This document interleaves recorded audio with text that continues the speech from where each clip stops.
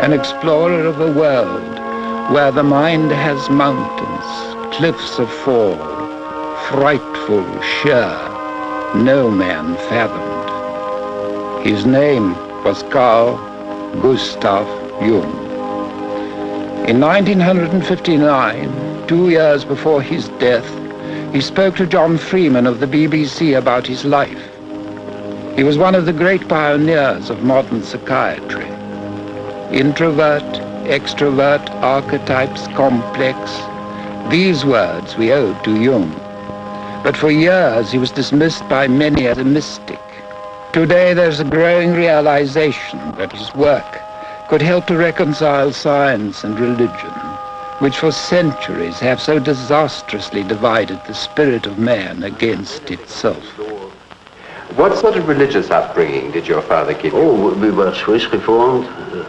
And did he make you attend church regularly? Oh, well, that was quite natural. Yes. Everybody went to church on Sunday. And did you believe in God? Oh, yes. Do you now believe in God? Now? Difficult to answer. I know. I don't need to believe. I know.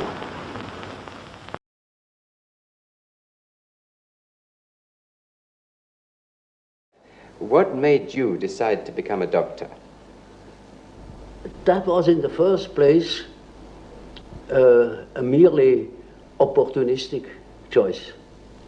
Originally, I wanted to be an archaeologist, Assyriology, Egyptology, or something of the sort. I hadn't the money. The study was too expensive. So my second love then belonged to nature, particularly zoology. And when I began my studies, I inscribed in the so-called philosophical faculty 2, that means natural sciences.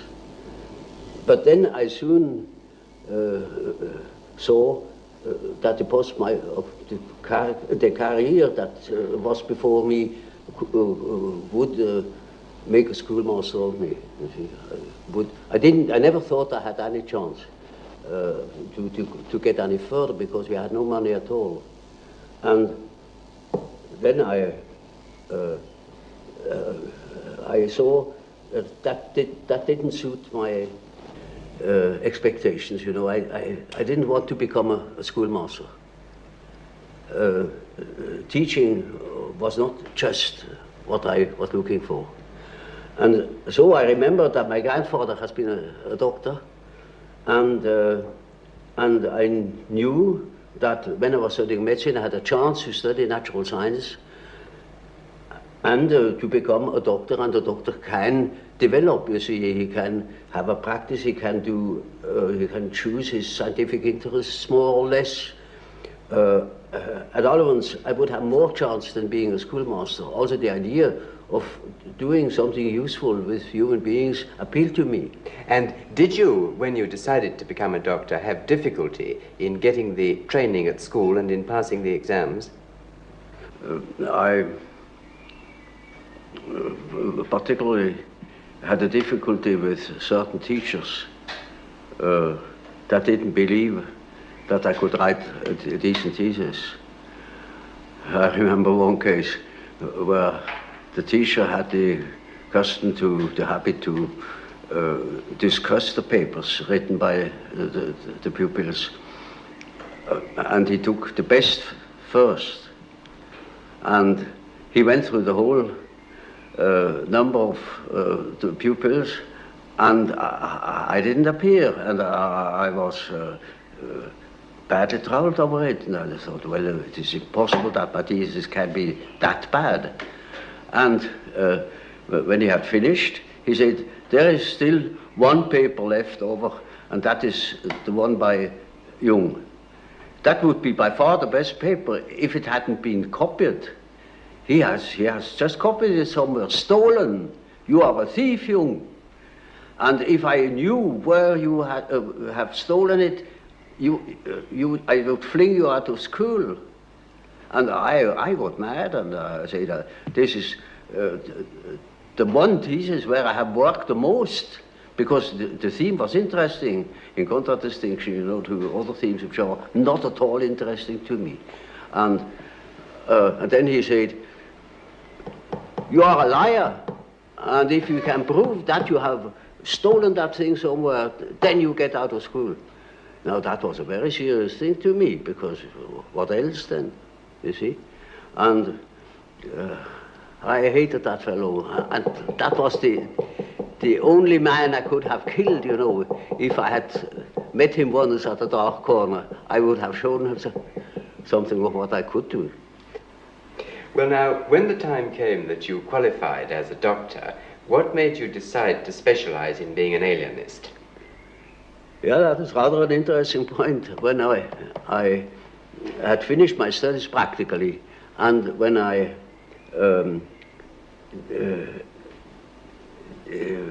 didn't know what I really wanted to do, I had a big chance to follow one of my professors. He was called to a new position in Munich, and he wanted me as his assistant. But then, in that moment, I studied for my final examination. I came across the textbook, a textbook of psychiatry. Up to then, I thought nothing about it, because our professor then wasn't particularly interesting. And I only read the introduction to that book, where certain things were said about psychosis as a maladjustment of the personality. That hit the nail on the head. In that moment, I saw I must become an alienist. My heart was thumping wildly in that moment. When I told my professor I wouldn't follow him, I would study psychiatry, he couldn't understand it. No, my friends, because in those days psychiatry was nothing at all. But I saw one great chance to unite certain contrasting things in myself, namely, beside medicine, beside natural science, I always had studied history of philosophy and such subjects. It was just as if suddenly two streams were joining.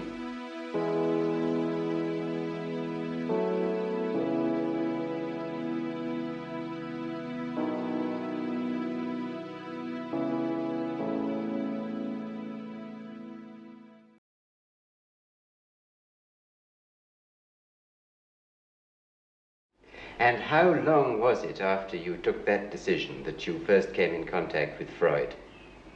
Oh, you know, that was at the end of my studies, and then it took quite a while until I met Freud. You see, I finished my studies in 1900, and I met Freud only very much later. I read, in 1900 I already read his dream interpretation and the Freud studies about hysteria. But that was merely literary, you know. And then in 1907, I became acquainted with him personally. Will you tell me how that happened? Did you go to Vienna? Oh, well, I'd written a book about the psychology of dementia precox, called Schizophrenia then. I sent him that book, and thus we became acquainted. I went to Vienna for a fortnight then, and then we had very long and penetrating conversations, and that settled it. And this long and penetrating conversation was followed by personal friendship? Oh yes, it soon developed into a personal friendship. And what sort of man was Freud? Well, he was a complicated nature, you know. I liked him very much, but I soon discovered that when he had thought something, then it was settled, while I was doubting all along the line. And it was impossible to discuss something really à fond. You know, he had no philosophical education, particularly, you see, I was studying Kant, and I was steeped in it, and that was far from Freud. So from the very beginning, there was a discrepancy. Did you in fact grow apart later, partly because of a difference in temperamental approach to experiment and proof and so on? Well, of course, there is always a temperamental difference. And his approach was naturally different from mine because his personality was different from mine. That led me into my later investigation of psychological types. There are definite attitudes. Some people are doing it in this way and other people are doing it in the other typical way. And there were such differences between myself and Freud too. Do you consider that Freud's standard of proof and experimentation was less high than your own? Well, you see, that is an evaluation I'm not competent of. I am not my own history or my historiographer. With reference to certain results, I think my method has its merits. Tell me, did Freud himself ever analyze you? Yeah, oh yes, I submitted quite a lot of my dreams to him, and so did he. And he to you, yes? Oh yes, yes. Yes. Do you remember now, at this distance of time, what were the significant features of Freud's dreams that you noted at the time? Well, that is rather indiscreet to ask. You know, there is such a thing as a professional secret. He's been dead these many years. Yes, but these regards last longer than life.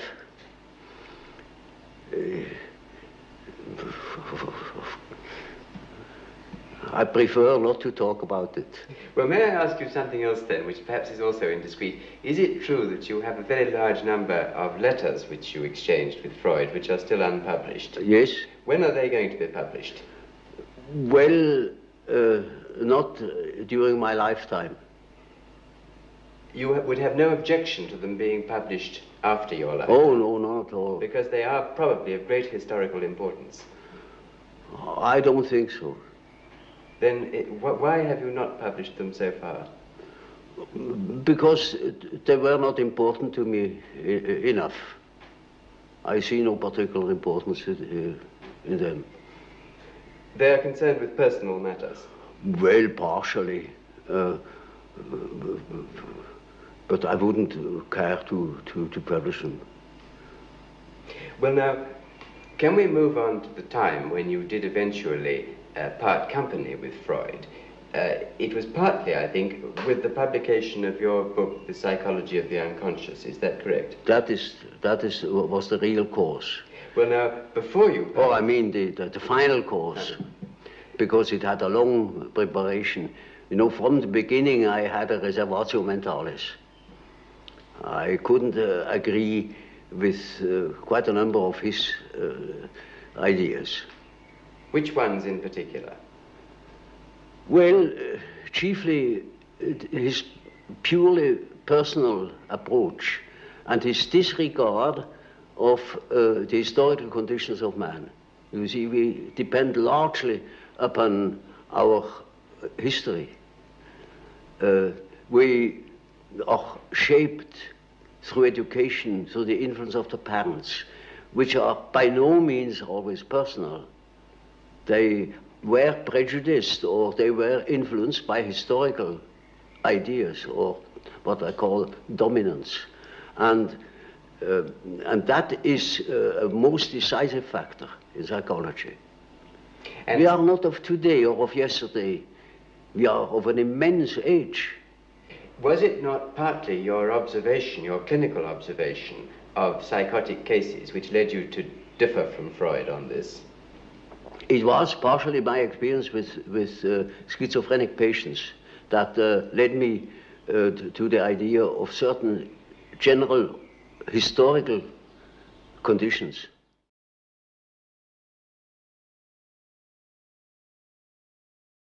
I remember you said that death is psychologically just as important as birth, and like it's an integral part of life, but surely it can't be like birth if it's an end, can it? Yes, if it's an end. And there we are not quite certain about this end. Because, you know, there are these peculiar faculties of the psyche, that it isn't entirely confined to space and time. You can have dreams or visions of the future. You can see round corners and such things. Only ignorance deny these facts. It's quite evident that they do exist and have existed always. Now these facts show that the psyche, in part at least, is not dependent upon these confinements. And then what?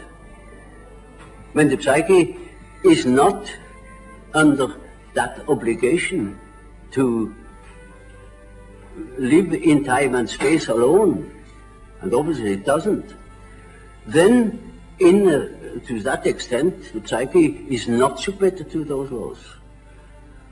And that means a practical continuation of life, of a sort of psychical existence beyond time and space. Do you yourself believe that death is probably the end, or do you believe that? Well, I can't say. You see, the word belief is a difficult thing for me. I don't believe. I must have a reason for a certain hypothesis. Either I know a thing, and when I know it, I don't need to believe it. If I don't allow myself, for instance, to believe a thing just for the sake of believing it. I can't believe it.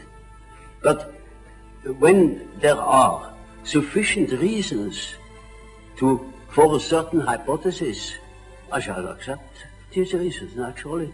I should say, we have to reckon with the possibility of so-and-so, you know.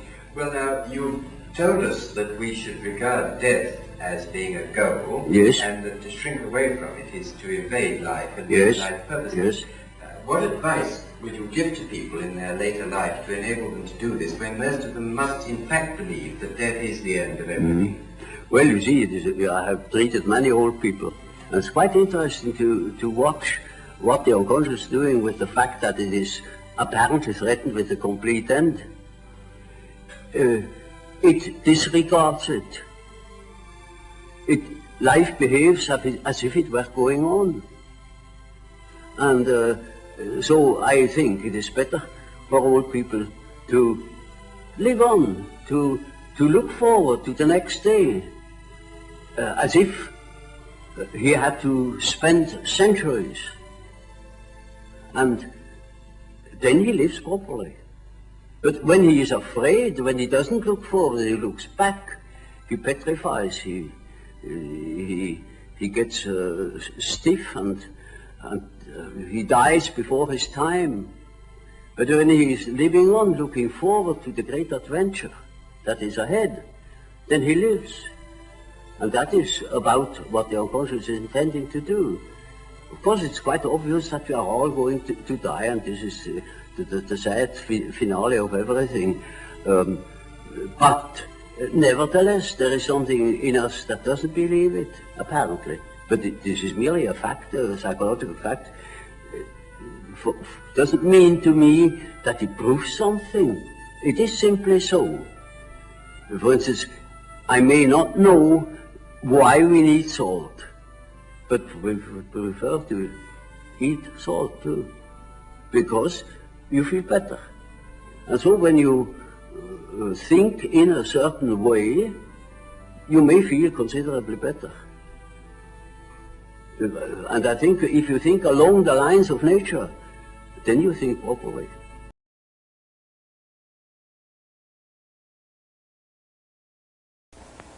The world hangs on a thin thread, and that is the psyche of man. Nowadays we are not threatened by elementary catastrophes. There is no such thing as an H-bomb. That is all man's doing. Yeah. We are the great danger. The psyche is the great danger. What if something goes wrong with the psyche? Yeah. You see? And so you see, it is demonstrated to us in our days what the power of the psyche is of man, how important it is to know something about it, but we know nothing about it. Nobody would give credit to the idea that the psychical processes of the ordinary man have any importance whatever. One thinks, oh, he has just what he has in his head, it is all from his surrounding, he's taught such a thing, believes such a thing. And particularly if he's well housed and well fed, then he has no ideas at all. And that's the great mistake. Because he is just that as which he is born, and he is not born as tabula rasa, but as a reality. Yes. Jung had a vision at the end of his life of a catastrophe. It was a world catastrophe. I don't want to speak much about it. One of his daughters took notes and after his death gave it. And there's a drawing with a line going down, up and down, and underneath is the last 50 years of humanity. And some remarks about the final catastrophe being ahead. But I have only those notes. Mm-hmm. What is your own feeling about it, the world situation? Well, one's whole feeling revolts against this idea. But since I have those notes in a drawer, I don't allow myself to be too optimistic. I think, well, we have always had wars and enormous catastrophes, and I have no more personal fear much about that. I mean, at my age, if you have anyhow soon to go, so or so, egocentrically spoken. But the beauty of all the life, to think that the billions and billions and billions of years of evolution to build up the plants and the animals and the whole beauty of nature, and that man would go out of sheer shadow foolishness and destroy it all. I mean, that all life might go from the planet. And we don't know. On Mars and Venus, there's no life. We don't know if there's any life experiment elsewhere in the galaxies. And we go and destroy this. I think it's so abominable. I try to pray that it may not happen, that a miracle happens. do you find that young people that you see now are aware of that it's in their consciousness? Yes, it's partly in conscious and partly in their consciousness, and I think in a very dangerous way, namely in a way of giving up and running away into a fantasy world. You know, when you study science fiction, you see there's always the fantasy of escaping to some other planet and begin anew again, which means give up the battle on this earth. Look, consider it hopeless and give up.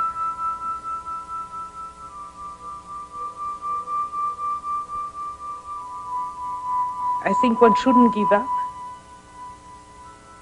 Because if you think of answer to Job, if man would wrestle with God, if man would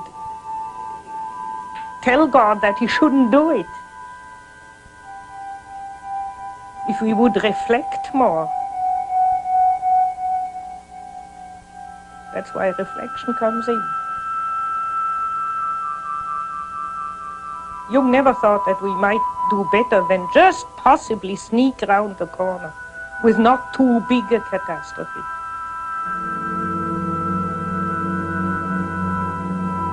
When I saw him last, he had also a vision while I was with him, but there he said, I see enormous stretches devastated, enormous stretches of the earth.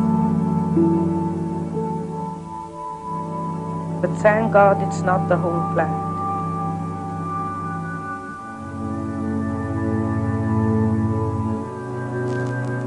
I think that if not more people try to reflect and take back their projections and take the opposites within themselves, there will be a total destruction.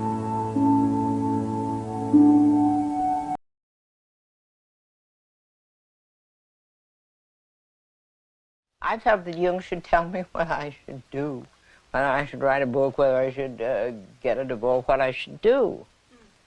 And he wouldn't. And so I got mad at him.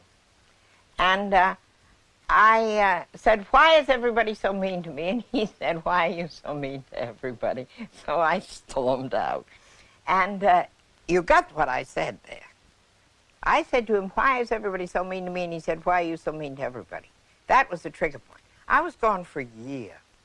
And I wrote him, oh, I don't know. Every now and then I'd sit down at the typewriter and write him what a son of a bitch I thought he was. And how when I first got to Europe, everyone thought he was a charlatan. I thought he was too. And I didn't, he was the most conceited, vain man. And I really had a great time. And you sent all these letters? Sent the letters, of course I did. And I thought, I hope he drops dead of a stroke. And I felt very good. I just felt fine. When I can get mad, I can lose 5 pounds just by getting mad. It's just the adrenaline goes, and I just think, it's the opposite of poor little me. And I don't care. They let the world go and stuff it up. I don't care what happens to them. And then one morning I woke up, and I began to laugh. I thought, for God's sake, what's been going on here? What a jackass you. And suddenly I realized, sure, he really hit it. And so I phoned Miss Schmidt, Fräulein Schmidt, and asked if I could have an appointment. And she laughed and said, oh, yes, she said, Professor Jung told me to save some time for you. He thought you'd be calling shortly.